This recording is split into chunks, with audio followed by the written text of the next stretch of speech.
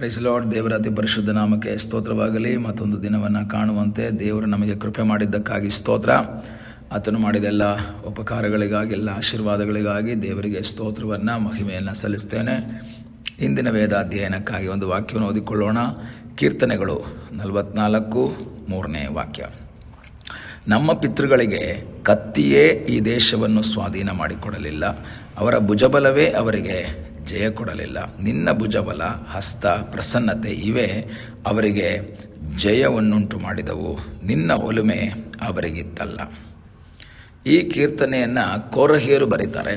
ಕೋರಹನ ಮಕ್ಕಳಾದಂತಹ ಕೋರಹಿಯರು ಬರಿಬೇಕಾದ್ರೆ ಅದರ ಹೆಡ್ಡಿಂಗಲ್ಲಿ ಈ ರೀತಿ ಓದ್ತೀವಿ: ಮುಂಚಿನಂತೆ ಈಗಲೂ ರಕ್ಷಿಸಬೇಕೆಂದು ದೇವರನ್ನು ಪ್ರಾರ್ಥಿಸುವುದು. ಮುಂಚೆ ನೀನು ಯಾವ ರೀತಿ ಮಾಡಿದೆಯೋ ಅದೇ ರೀತಿ ಈಗಲೂ ನಾವು ನಿನ್ನಲ್ಲಿ ಆಶ್ರಯಿಸ್ತೇವೆ, ನೀನು ನಮ್ಮನ್ನು ರಕ್ಷಿಸಬೇಕು. ಈ ರೀತಿ ಪ್ರಾರ್ಥನೆಯನ್ನು ಅಥವಾ ಬೇಡಿಕೆಯನ್ನು ದೇವರ ಮುಂದೆ ಸಲ್ಲಿಸ್ತಾ ಇರುವಂತಹ ಇವರು ನಂಬಿಕೆಯ ಮಾತನ್ನು ಹೇಳೋದನ್ನು ನಾವು ಇಲ್ಲಿ ಗಮನಿಸ್ಬೋದು. ಅವರ ಜೀವಿತದಲ್ಲಿ ದೇವರಿಗೆ ಒಂದು ಬೇಡಿಕೆ ಇಡ್ತಾ ಇದ್ದಾರೆ. ದೇವರೇ, ನಮ್ಮ ಪಿತೃಗಳನ್ನು ನೀನು ಕಾಪಾಡಿದ್ದಿ, ನಮ್ಮ ಪಿತೃಗಳಿಗೆ ಜಯ ಕೊಟ್ಟಿದ್ದಿ, ನಮ್ಮ ಪಿತೃಗಳನ್ನು ಐಗುಪ್ತ ದೇಶದಿಂದ ಸೇಫಾಗಿ ಕರ್ಕೊಂಡು ಬಂದು, ಅನೇಕ ತಡೆಗಳಿತ್ತು, ತಡೆಗಳ ಮೇಲೆ ಜಯ ಕೊಟ್ಟೆ, ಇದೆಲ್ಲವನ್ನು ಹೇಳ್ತಾ ಇದ್ದಾರೆ. ಆದರೂ ಸಹ ಈಗ ಅವ್ರು ಹೇಳ್ತಾ ಇದ್ದಾರೆ, ಅವರ ನಂಬಿಕೆಯಿಂದ ಹೇಳ್ತಾ ಇರುವಂಥ ಮಾತೇನು ಗೊತ್ತಾ? ನಮ್ಮ ಪಿತೃಗಳಿಗೆ ಈ ಕಾನಾನ್ ದೇಶ ಕೊಟ್ಟಿದ್ದು ಕತ್ತಿ ಅಲ್ಲ. ಆದರೆ ದೇವರ ವಾಕ್ಯವನ್ನು ಓದಬೇಕಾದ್ರೆ ಯೆಹೋಶುವ ಪುಸ್ತಕದಲ್ಲಿ ಓದ್ತೀವಿ, ಹೆಚ್ಚು ಕಡಿಮೆ 31 ರಾಜರುಗಳನ್ನು ಯೆಹೋಶುವ ಸೋಲಿಸಬೇಕಾಗಿ ಬಂತು. ಕತ್ತಿ ಮೂಲಕ, ಭುಜಬಲದ ಮೂಲಕ ಯುದ್ಧ ಮಾಡಿ ಅವರನ್ನು ಸೋಲಿಸ್ತಾನೆ. ಆದರೆ ಅಲ್ಲಿ ನಾವು ಓದುವಂಥ ವಾಕ್ಯ ಕತ್ತಿನೇ ಅವರಿಗೆ ಜಯ ಕೊಟ್ಟಿದ್ದು, ಭುಜಬಲನೇ ಕೊಟ್ಟಿದ್ದು. ಆದರೆ ಅವರಲ್ಲಿ ಹೇಳುವಂಥ ಒಂದು ಮಾತು, 3ನೇ ವಾಕ್ಯವನ್ನು ಗಮನಿಸಿ: ನಮ್ಮ ಪಿತೃಗಳಿಗೆ ಕತ್ತಿಯೇ ಈ ದೇಶವನ್ನು ಸ್ವಾಧೀನ ಮಾಡಿಕೊಡಲಿಲ್ಲ, ಅವರ ಭುಜಬಲವೇ ಅವರಿಗೆ ಜಯ ಕೊಡಲಿಲ್ಲ. ಅದರ ಅರ್ಥ ಅಲ್ಲೇ ದೀರ್ಘ, ಎರಡರಲ್ಲೂ ಸಹ ಕತ್ತಿಯೇ ಭುಜಬಲವೇ ಎರಡೂ ಕಡೆ ದೀರ್ಘವನ್ನು ಕೊಟ್ಟಿರೋದು ನೋಡ್ಬೋದು. ಅದರ ಅರ್ಥ ಕತ್ತಿ ಮಾತ್ರ ಅಲ್ಲ, ಭುಜಬಲ ಮಾತ್ರ ಅಲ್ಲ ಜಯ ಕೊಟ್ಟಿದ್ದು ಅಂತ ಅದರ ಅರ್ಥ. ಕತ್ತಿನೂ ಯೂಸ್ ಮಾಡಿದ್ದಾರೆ, ಅವರ ಭುಜಬಲನೂ ಯೂಸ್ ಮಾಡಿದ್ದಾರೆ. ಆದರೆ ಕತ್ತಿಯಿಂದ ಮಾತ್ರ ಜಯ ಸಿಕ್ಕಿಲ್ಲ, ಅವರ ಭುಜಬಲದಿಂದ ಜಯ ಸಿಕ್ಕಲಿಲ್ಲ. ನಿನ್ನ ಭುಜಬಲದಿಂದ ಅಲ್ಲಿ ಅದ್ಭುತ ನಡೀತು. ಕತ್ತಿಯನ್ನು ಅವರು ಯೂಸ್ ಮಾಡಿರಬಹುದು, ಭುಜಬಲವನ್ನು ಅವರು ಯೂಸ್ ಮಾಡಿದ್ದಾರೆ ಇಸ್ರಾಯೇಲ್ ಮಕ್ಕಳು. ಆದರೆ ಆ ಕತ್ತಿಯ ಹಿಂದೆ ಕಾರ್ಯ ಮಾಡಿದಂತಹ ನಿನ್ನ ಭುಜಬಲಕ್ಕಾಗಿ ಸ್ತೋತ್ರ. ಆ ಒಂದು ಅವರ ಭುಜಬಲದ ಹಿಂದೆ ನಿನ್ನ ಭುಜಬಲ ಅಲ್ಲಿ ವರ್ಕ್ ಮಾಡ್ತು. ಪ್ರಿಯ ದೇವರ ಮಕ್ಕಳೇ, ನನ್ನ ನಿಮ್ಮ ಜೀವಿತದಲ್ಲಿ ಕಳೆದ ದಿವಸಗಳಲ್ಲಿ ಉಂಟಾದಂಥ ಸಮಸ್ಯೆಗಳ ಮಧ್ಯೆ, ರೋಗಗಳ ಮಧ್ಯೆ, ವೇದನೆಗಳ ಮಧ್ಯೆ ನಮಗೆ ಜಯ ಸಿಕ್ಕಿದ್ದು, ನಮಗೆ ಆಶೀರ್ವಾದ ಆಗಿದ್ದು, ನಮಗೆ ಬಿಡುಗಡೆಯಾಗಿದ್ದು ನಮ್ಮ ಸ್ವಂತ ಬಲದಿಂದ ಆಗಿರಲಿಲ್ಲ, ನಮ್ಮ ಸ್ವಂತ ಶಕ್ತಿಯಿಂದ ಆಗಿರಲಿಲ್ಲ, ನಮ್ಮ ಭುಜಬಲದಿಂದ ಆಗಲಿಲ್ಲ, ನಮ್ಮ ಹಣಬಲ ಜನಬಲದಿಂದ ಆಗಿರಲಿಲ್ಲ. ಅದರ ಹಿಂದೆ ಕಾರ್ಯ ಮಾಡಿದಂಥ ಒಂದು ಶಕ್ತಿ ಇತ್ತು. ಅದರ ಹಿಂದೆ ಕಾರ್ಯ ಮಾಡಿದಂಥ ಒಂದು ಅದ್ಭುತಕರವಾದ ದೈವ ಶಕ್ತಿ ಇತ್ತು. ಆ ಶಕ್ತಿ ನನ್ನನ್ನು, ನಿಮ್ಮನ್ನು ಬಿಡುಗಡೆ ಮಾಡಿದೆ.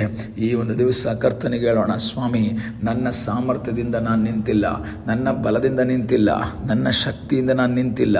ನಿನ್ನ ದೈವಿಕವಾದ ಸಾನ್ನಿಧ್ಯ, ನಿನ್ನ ದೈವಿಕವಾದ ಆಶೀರ್ವಾದ ನನ್ನ ಮೇಲೆ ಇದ್ದದ್ದಕ್ಕಾಗಿ ಸ್ತೋತ್ರ. ಮುಂದೆ ನಾವು ನೋಡ್ತೇವೆ, ನಿನ್ನ ಒಲುಮೆ ಅವರಿಗಿತ್ತಲ್ಲ, ಅಥವಾ ನಿನ್ನ ಒಂದು ಕನಿಕರ, ನಿನ್ನ ಒಂದು ಸಹಾಯ ಅವರಿಗಿತ್ತು. ನಿಮ್ಮ ಮೇಲೆ ದೇವರ ಒಲುಮೆ ಇದ್ದದ್ದರಿಂದ ಯಾಕೆ ನನ್ನನ್ನು ಕಾಪಾಡಿದ್ರು, ಯಾಕೆ ನಮ್ಮೆಲ್ಲರನ್ನ ಕಾಪಾಡಿದ್ರು?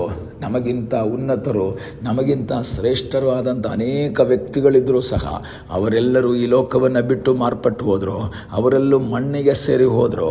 ಆದರೆ ನಾನು, ನೀವು ಇವತ್ತು ಆರೋಗ್ಯವುಳ್ಳವರಾಗಿ, ಬಲವುಳ್ಳವರಾಗಿ, ಶಕ್ತಿಯುಳ್ಳವರಾಗಿ ನಿಂತಿದ್ದೇವೆ. ಅದಕ್ಕೆ ಕಾರಣ ನಮ್ಮ ಬಲವಾಗಿರಲಿಲ್ಲ, ನಮ್ಮ ಶಕ್ತಿಯಾಗಿರಲಿಲ್ಲ, ದೇವರ ಒಲುಮೆ ನಮ್ಮ ಮೇಲಿದ್ದರಿಂದ.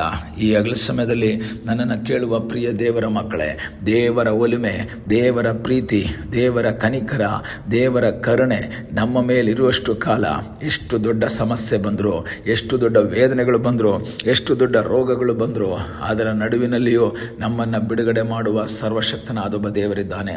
ನಮಗೆ ಜಯ ಕೊಡುವಂತಹ ಸರ್ವಶಕ್ತನಾದೊಬ್ಬ ದೇವರಿದ್ದಾನೆ. ಈಗಲೇ ಸಮಯದಲ್ಲಿ ಕರ್ತನಿಗೆ ಹೇಳೋಣ, ಕರ್ತನೆ ನಿನ್ನ ಒಲುಮೆ ನನ್ನ ಮೇಲಿದ್ದದಕ್ಕಾಗಿ ಸ್ತೋತ್ರ, ನಿನ್ನ ಕೃಪೆ ನಿನ್ನ ಕರುಣೆ ನನ್ನ ಮೇಲಿದ್ದದಕ್ಕಾಗಿ ನಿನಗೆ ಸ್ತೋತ್ರ.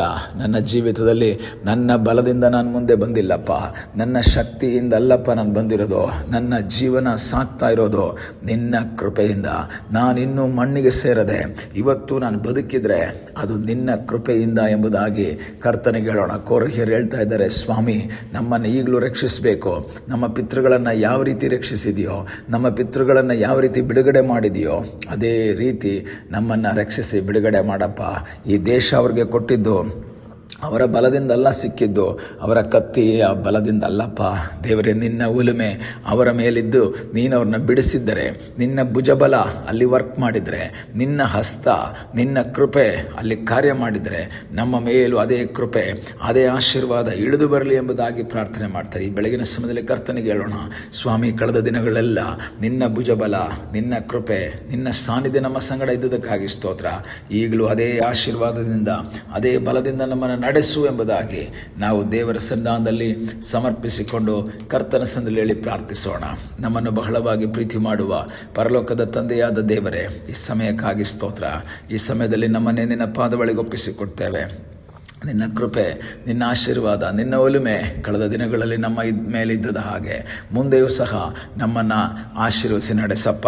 ನಿನ್ನ ಬಲದಿಂದ ನಾವಿವತ್ತು ನಿಂತಿದ್ದೇವಪ್ಪ, ನಮ್ಮ ಸ್ವಂತ ಶಕ್ತಿಯಿಂದಲ್ಲ. ಮುಂದೆಯೂ ಸಹ ನಿನ್ನ ಒಲುಮೆ ನಿನ್ನ ಭುಜಬಲ ನಿನ್ನ ಶಕ್ತಿ ನಮ್ಮ ಮೇಲೆ ಇದ್ದು ನಮ್ಮನ್ನು ಆಶೀರ್ವದಿಸಿ ನಡೆಸುವುದಾಗಿ ನಾವು ಪ್ರಾರ್ಥಿಸ್ತೇವೆ. ಪ್ರಾರ್ಥನೆಯನ್ನು ಕೇಳಿದ್ದಕ್ಕಾಗಿ ನಿನಗೆ ಸ್ತೋತ್ರ. ಯೇಸುವಿನ ಮುದ್ದಾದ ಹೆಸರಿನಲ್ಲಿ ಬೇಡಿಕೊಳ್ಳುತ್ತೇವೆ ನಮ್ಮ ಪ್ರೀತಿಯ ತಂದೆಯೇ, ಆಮೇನ್. God bless you.